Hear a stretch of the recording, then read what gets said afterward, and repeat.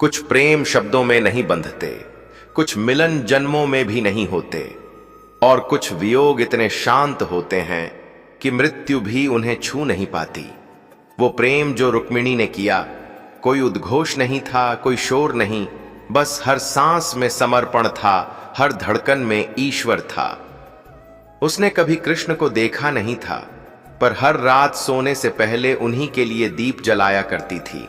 उसके कानों में जब पहली बार उनका नाम पड़ा तो मानो कोई पुरानी पुकार फिर से जाग गई हो, जैसे किसी पिछले जन्म की स्मृति लौट आई हो। जब पहली बार रुक्मिणी ने श्री कृष्ण की गाथा सुनी थी तो उनका मन वहीं ठहर गया। उन्होंने अपनी सखियों से कहा, ये न कोई पुरुष है न कोई राजा, ये कोई साधारण मनुष्य नहीं, ये तो वही हैं जिन्हें मेरे मन ने अनजाने में अपना मान लिया है। रुक्मिणी दिन रात कृष्ण के बारे में ही सोचती थीं। उनके हाथों की चूड़ियों की खनक भी श्री कृष्ण का नाम झपती थी, उनकी सांसों की गिनती भी उसी के ध्यान में चलती थी। जब विवाह का प्रस्ताव शिशुपाल से आया तो रुक्मिणी चुप रहीं, पर मन की गहराइयों में हलचल मच गई। कैसे वो किसी और के साथ विवाह कर सकती हैं, जबकि उनका हृदय तो पहले ही समर्पित हो चुका था। उन्होंने एक साहसी निर्णय लिया। उन्होंने अपने सेवक को एक पत्र देकर श्री कृष्ण के पास भेजा। उस पत्र में कोई अलंकार नहीं था, बस आत्मा की पुकार थी। हे कृष्ण, यदि तुमने मुझे इस जीवन में स्वीकार नहीं किया तो मैं इस शरीर का त्याग कर दूंगी। तुम ही मेरे जीवन के धागे हो, यदि वह धागा टूट गया तो मैं बिखर जाऊंगी। और जैसे ही श्री कृष्ण ने वह पत्र पढ़ा, उनका मन भी पुलकित हो उठा। उन्होंने बिना समय गंवाए रथ मंगवाया और चले गए रुक्मिणी को लेने। रथ की गति इतनी तेज थी जैसे स्वयं समय को पीछे छोड़ दिया गया हो। उन्होंने विवाह मंडप से रुक्मिणी को उठाया और इतिहास रच दिया, प्रेम का इतिहास। यह प्रेम समाज की सीमाओं से परे था। यह वो प्रेम था जहां आत्मा ने आत्मा को पहचाना। द्वारका में उनका गृहस्थ जीवन शुरू हुआ। श्री कृष्ण की 16,000 रानियां थीं, लेकिन रुक्मिणी के साथ संबंध कुछ और ही था। वो प्रेम जो शांति देता है, वो सेवा जो अहंकार नहीं लाती, वो साथ जो मौन में भी पूरी बात कह जाता है। रुक्मिणी कभी कुछ मांगती नहीं थीं। जब श्री कृष्ण युद्ध से लौटते तो उनके चरणों को पोंछतीं, उन्हें भोजन करातीं और बिना कुछ कहे सिर्फ देखतीं, जैसे देखना ही उनकी पूजा हो। श्री कृष्ण ने कई बार कहा था, रुक्मिणी, तुम्हारा प्रेम मेरे लिए सबसे बड़ा वरदान है। तुमने कभी प्रश्न नहीं किया, तुमने कभी अधिकार नहीं जताया, तुम्हारा मौन ही मेरे लिए सबसे मधुर संवाद रहा। समय बीतता गया। यदुवंश में द्वंद्व शुरू हुआ। आपसी कलह, अभिमान, श्राप और अंततः विनाश। श्री कृष्ण को ज्ञात हो गया था कि अब उनका कार्य पूर्ण हो चुका है। उन्होंने अपने जीवन का अंतिम चरण प्रभास क्षेत्र में बिताने का निश्चय किया। वहां उन्होंने एक वृक्ष के नीचे ध्यान लगाया और योग बल से इस संसार का त्याग कर दिया। एक शिकारी ने उन्हें तीर मारा, लेकिन वो तीर केवल शरीर को छू पाया। आत्मा तो पहले ही विलीन हो चुकी थी। जब द्वारका पहुंचा यह समाचार कि श्री कृष्ण अब नहीं रहे, रुक्मिणी मौन रहीं, ना रोईं ना चिल्लाईं। वो जानती थीं कि जिसे उन्होंने प्रेम किया वो शरीर नहीं था, वो तो आत्मा थी, और आत्मा कहीं जाती नहीं, बस विलीन होती है। उन्होंने अन्न जल का त्याग कर दिया। उन्होंने बाल खोल दिए, मंदिर की चौखट पर बैठ गईं और श्री कृष्ण का नाम जपना शुरू किया। हर पल, हर श्वास बस गोविंद गोविंद। उनकी आंखें बंद थीं, पर चेहरा शांत था। धीरे धीरे शरीर क्षीण होने लगा। कई लोग उन्हें समझाने आए, पर वो एक शब्द नहीं बोली, केवल एक बात कहती थीं, मेरा गोविंद चला गया है, अब मैं यहां क्यों रहूं। जिस दीपक की लौ मेरे हृदय में जल रही थी, वो अब दिव्य ज्योति में मिल गई है। 7 दिन तक उन्होंने कुछ नहीं खाया, बस ध्यान में रहीं। 7वें दिन रात्रि को एक दिव्य प्रकाश प्रकट हुआ, मंद सुगंध, हल्की वंशी की आवाज और एक दिव्य ध्वनि, रुक्मिणी। उन्होंने आंखें खोलीं और मुस्कुरा दी, और उस क्षण उनकी आत्मा श्री कृष्ण की ज्योति में समा गई। किसी ने कहा मृत्यु हो गई, पर नहीं, ये मृत्यु नहीं थी, ये मिलन था, आत्मा और परमात्मा का मिलन। जब उनका दाह संस्कार हुआ, अग्नि से एक ज्योति निकली जो सीधी प्रभास की दिशा में उड़ गई। लोगों ने कहा ये आत्मा मुक्त हो गई, पर वो आत्मा कभी बंधी ही नहीं थी, वो तो जन्म से ही मुक्त थी, बस इस संसार में प्रेम और भक्ति का संदेश देने आई थी। आज भी जब कोई नारी निस्वार्थ प्रेम करती है तो लोग कहते हैं उसमें रुक्मिणी जैसा भाव है। जब कोई सेवा करता है बिना कुछ कहे, तब भी कहा जाता है यह रुक्मिणी जैसा समर्पण है।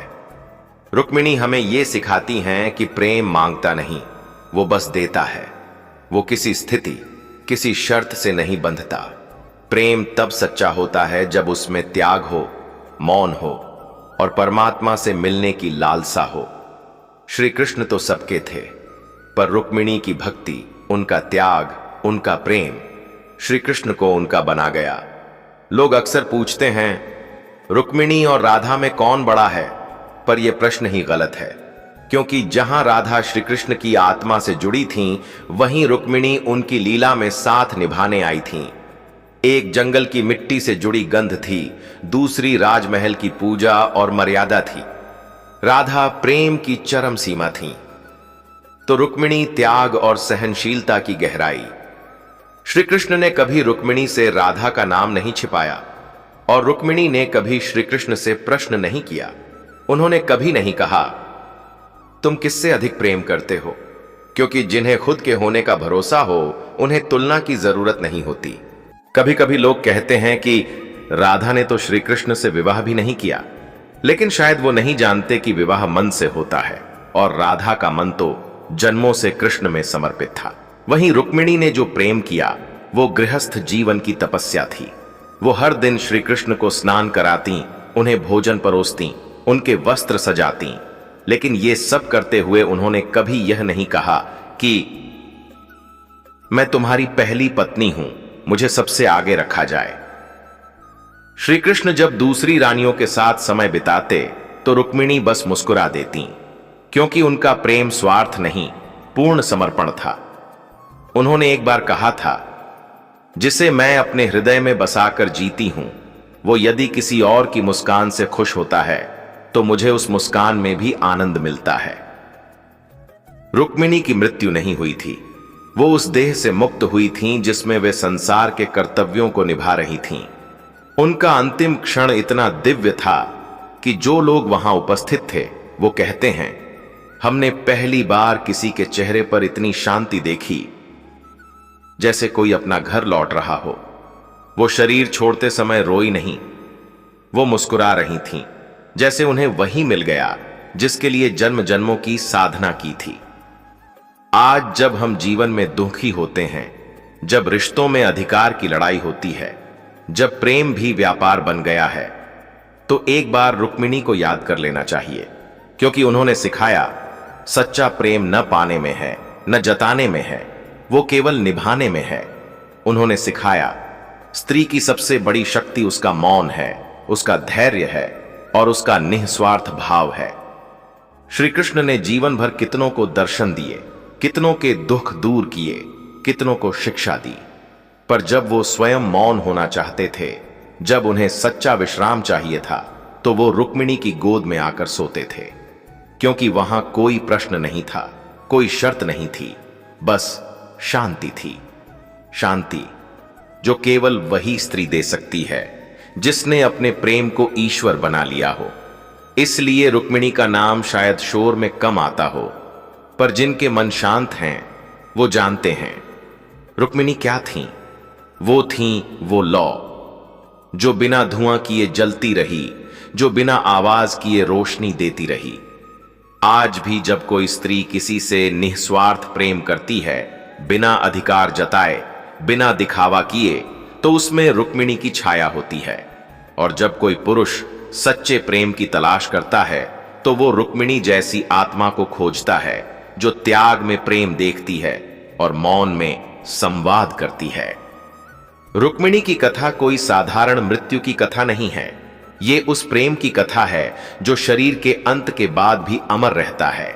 शायद इसलिए श्री कृष्ण ने भी किसी के जाने पर आंसू नहीं बहाए, पर रुक्मिणी को विदा करते समय उन्होंने कहा था, तुम मुझसे कभी दूर नहीं हो सकती, क्योंकि तुम में मैं बसता हूं और मुझ में तुम।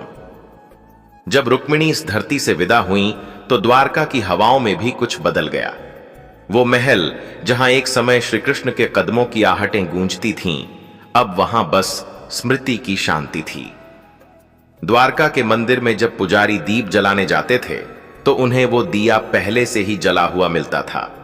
लोग कहते थे, रुक्मिणी की आत्मा अब भी वहीं है, हर दीप में, हर गंध में, हर आरती की लहर में।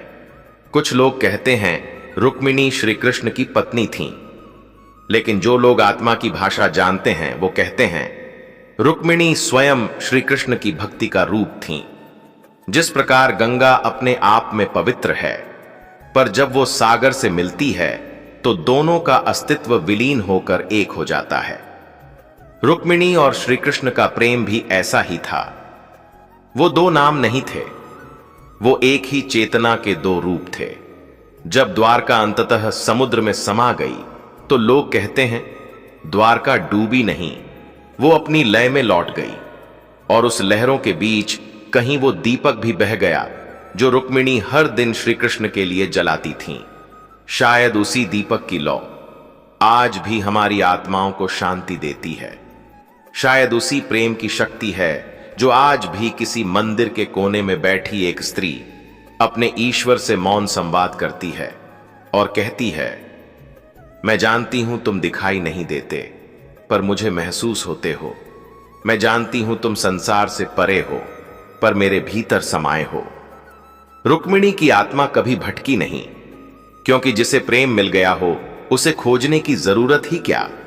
उन्होंने जीवन में कुछ भी नहीं मांगा, न सोना, न सिंहासन, न प्रसिद्धि।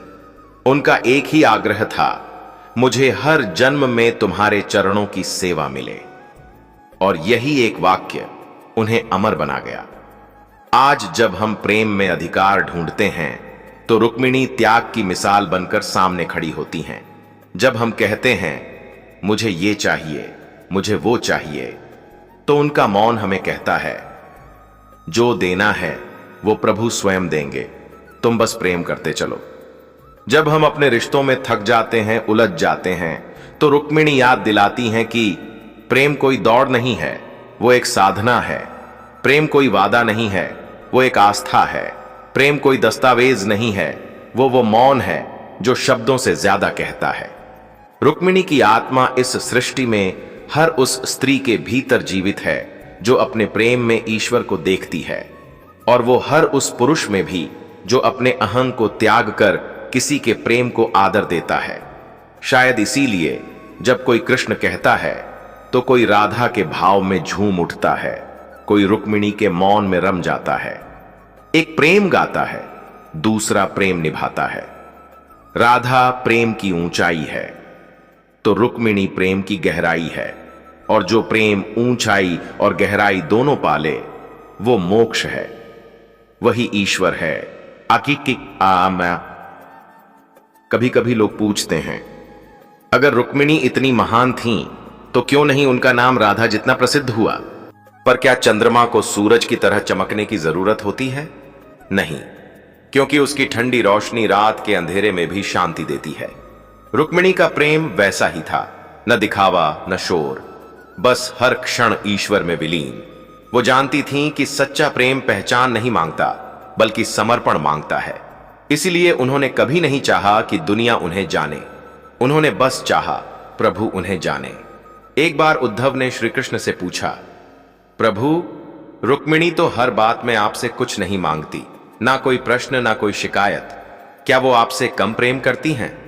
श्री कृष्ण मुस्कुराए और बोले, जो मांगता है वो मुझसे प्रेम करता है, लेकिन जो नहीं मांगता वो मुझ पर विश्वास करता है, और विश्वास प्रेम से कहीं ऊंचा होता है। रुक्मिणी को यही स्थान प्राप्त था। वो प्रेम से नहीं, विश्वास से जुड़ी थीं। वो जानती थीं कि कृष्ण को पाना नहीं है, कृष्ण में मिट जाना है। इसलिए जब वो मृत्यु के अंतिम क्षणों में थीं, तो उन्होंने ना तो किसी को बुलाया, ना ही किसी को बताया। वो बस धीरे धीरे आंखें मूंदते हुए मन ही मन श्री कृष्ण का नाम जप रही थीं। लोग कहते हैं उनकी अंतिम सांस में एक मंद मुस्कान थी, जैसे किसी ने सदियों बाद घर की दहलीज छू ली हो। और ठीक उसी समय श्री कृष्ण दूर बैठकर ध्यान मग्न हो गए थे। किसी ने उनसे पूछा, प्रभु आप अचानक मौन क्यों हो गए? उन्होंने आंखें खोली और कहा, आज मेरी आत्मा का सबसे शांत हिस्सा मुझसे मिलने चला गया। रुक्मिणी ने प्रेम में कभी अधिकार नहीं जताया, और शायद इसलिए वो प्रेम के सबसे पवित्र रूप की परिभाषा बन गई। आज जब किसी स्त्री का दिल टूटता है, जब वो खुद को अकेला महसूस करती है, जब वो रिश्तों की भीड़ में खो जाती है, तो अगर वो रुक्मिणी को याद कर ले, तो शायद उसे समझ आ जाए कि मौन रहकर भी प्रेम को निभाया जा सकता है। रुक्मिणी ने सिखाया कि प्रेम वो नहीं जो दिखाया जाए, प्रेम वो है जो निभाया जाए। और निभाना तब तक संभव नहीं होता जब तक प्रेम में ईश्वर ना हो। राधा की तरह प्रेम करना साहस है, लेकिन रुक्मिणी की तरह प्रेम करना तपस्या है। राधा की पीड़ा शोर करती है, पर रुक्मिणी का त्याग मौन में भी गूंजता है। इसलिए जब अगली बार कोई प्रेम की बात करे तो रुक्मिणी को मत भूलना, क्योंकि अगर राधा प्रेम की कविता है तो रुक्मिणी उसकी प्रार्थना है। प्रेम में गीत गाना आसान है, पर चुप रहकर पूरी उम्र किसी को समझना वो रुक्मिणी ही कर सकती है। और अंत में, अगर आज भी कोई स्त्री अपने भीतर प्रेम को थामे बैठी है, बिना कहे, बिना जताए, बिना मांगे, तो समझ लीजिए रुक्मिणी अब भी इस धरती पर है। वो रूप बदल चुकी है, पर उसकी आत्मा हर उस दिल में जीवित है जो प्रेम में मौन है, जो त्याग को पहचानता है और जिसने अपने प्रेम को पूजा बना दिया है। रुक्मिणी कभी मरी नहीं थी, वो बस देह त्याग कर हमारी चेतना में समा गईं। इसलिए जब अगली बार तुम प्रेम में उलझो, किसी के बदल जाने से टूटो या किसी के ना मिलने से थको, तो जरा एक बार मौन होकर रुक्मिणी को याद कर लेना। वो कहेंगी नहीं, पर तुम्हारे भीतर एक गूंज जरूर उठेगी। प्रेम मांगता नहीं, निभाता है। प्रेम छीनता नहीं, छोड़ता है। प्रेम जीतता नहीं, मिटता है। और जब प्रेम इस मुकाम पर पहुंच जाए तो ना मृत्यु डराती है, ना अकेलापन सताता है, क्योंकि तब प्रेम ईश्वर बन चुका होता है। अगर आपको रुक्मिणी की ये अमर कथा थोड़ी भी छू गई हो, तो इसे उन लोगों तक जरूर पहुंचाइए जो प्रेम में थक चुके हैं, टूट चुके हैं या खुद से ही हार चुके हैं। क्योंकि रुक्मिणी की ये कहानी सिर्फ कथा नहीं है, ये जीवन जीने की एक कला है। और हां, अगर आप ऐसे ही और भावपूर्ण वीडियो देखना चाहते हैं तो चैनल को सब्सक्राइब जरूर करें, क्योंकि यहां हर शब्द आपको भीतर से छूता है और हर कहानी आपको थोड़ा और बेहतर बनाती है।